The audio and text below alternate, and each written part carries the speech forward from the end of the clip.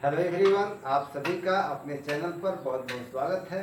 बच्चों, आज हम लोग वीडियो में शून्य के प्रगुण, एक के प्रगुण और परिमेय संख्याओं का योगात्मक प्रतिलोम और गुणात्मक प्रतिलोम के बारे में अध्ययन करेंगे। तो चलिए सर्वप्रथम हम लोग शून्य के प्रगुण के बारे में अध्ययन करते हैं। तो शून्य के प्रगुण को अंग्रेजी में हम प्रॉपर्टीज ऑफ जीरो कहते हैं। ठीक है, यहाँ पहला है योग का तत्समक अवयव। योग का तत्समक अवयव जिसे अंग्रेजी में एडिटिव आइडेंटिटी या एडिटिव एलिमेंट भी कहते हैं।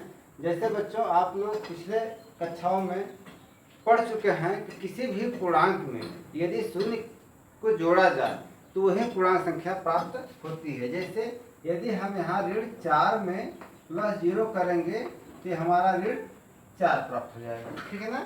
या 0 में हम ऋण 4 जोड़ें तब भी यह ऋण 4 प्राप्त होता है।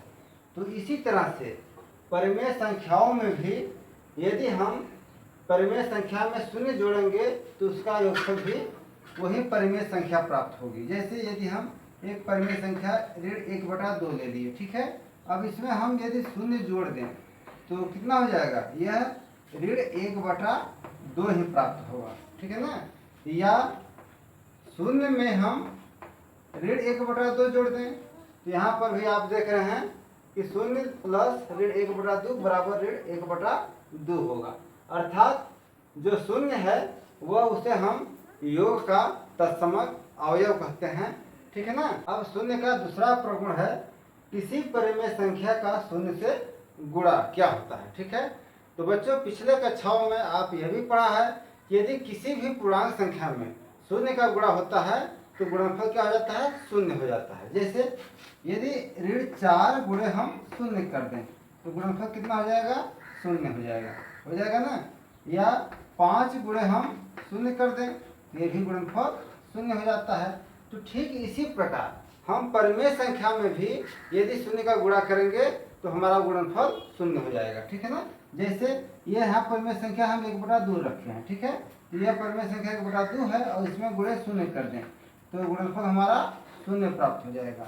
यदि परिमेय संख्या ऋण 3/4 है, इसमें हम शून्य का गुणा कर दें तो ये भी गुणनफल कितना हो जाएगा? शून्य हो जाएगा। या हम शून्य में गुणे ऋण 3/4 कर दें तब भी हमारा गुणनफल शून्य हो जाएगा। ये है शून्य का प्रगुण। ठीक है ना। अब हम लोग एक के प्रगुण के बारे में अध्ययन करेंगे। ठीक है। एक का प्रगुण प्रॉपर्टी ऑफ 1। तो बच्चों, एक जो होती है गुणा का तत्समक अवयव होता है। जिस तरह से शून्य जो है योग का तत्समक अवयव होता है, उसी तरह से एक जो है गुणा का तत्समक अवयव होता है। अर्थात एक में यदि किसी परिमेय संख्या का गुणा होता है तो वही परिमेय संख्या प्राप्त हो जाता है। ठीक है ना। आप पिछले कक्षाओं में पूर्णांक संख्याओं में एक का तत्समक अवयव पढ़ चुके हैं कि यदि किसी पूर्णांक संख्या में एक का गुणा होता है तो वही पूर्णांक संख्या प्राप्त हो जाता है। जैसे ऋण 4 में हम गुणे 1 कर दें तो हमारा प्राप्त हो जाएगा ऋण 4, यानी ये हमारा पूर्णांक संख्या है, वही पूर्णांक संख्या हमारी प्राप्त होगी। इसी तरह से किसी भी परिमेय संख्या जैसे 3/4 में यदि हम 1 का गुणा कर दें तो ये हो जाएगा ऋण 3/4।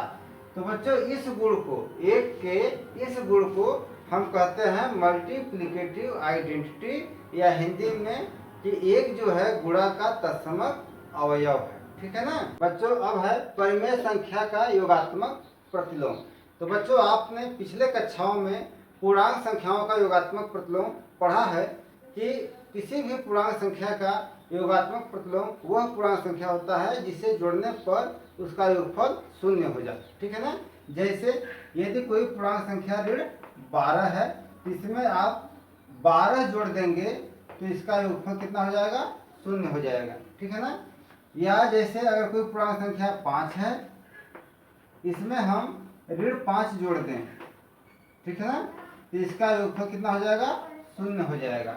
इसी तरह से परिमेय संख्याओं का भी योगात्मक प्रतिलोम होता है। अर्थात हम किसी भी परिमेय संख्या में ऐसा परिमेय संख्या जोड़ दें कि उसका योगफल शून्य हो जाए तो हम कहेंगे कि उस परिमेय संख्या का वह परिमेय संख्या क्या है? योगात्मक प्रतिलोम है। जैसे यदि कोई परिमेय संख्या यहाँ ऋण 3/4 हम ले लिए, ठीक है ना। अब ऋण 3/4 में यदि हम जोड़ दें 3/4 तो इसका योगफल कितना हो जाएगा, 0 हो जाएगा, ठीक है ना। तो ऋण 3/4 का योगात्मक प्रतिलोम क्या हो गया, 3/4, या हम कहें 3/4 का योगात्मक प्रतिलोम क्या हो गया, ऋण 3/4, ठीक है ना। यानी ऐसी संख्या, ऐसी परिमेय संख्या जिससे उस परिमेय संख्या में जोड़ने पर योगफल 0 हो जाए तो हम कहते हैं कि वह परिमेय संख्या का योगात्मक प्रतिलोम है, ठीक है। परिमेय संख्या का गुणात्मक प्रतिलोम, तो बच्चों ऐसी परिमेय संख्या जिनका आपस में गुणा करने पर गुणनफल 1 प्राप्त हो उसे हम एक दूसरे का गुणात्मक प्रतिलोम कहते हैं। जैसे यदि कोई संख्या हम ले लिए ऋण 3/4, अब ऋण 3/4 में हम ऐसी संख्या से गुणा करें कि हमारा गुणनफल 1 हो जाए, तो हम इसी का उल्टा से गुणा कर दें, यानी इन्वर्स कर दें, ठीक है ना।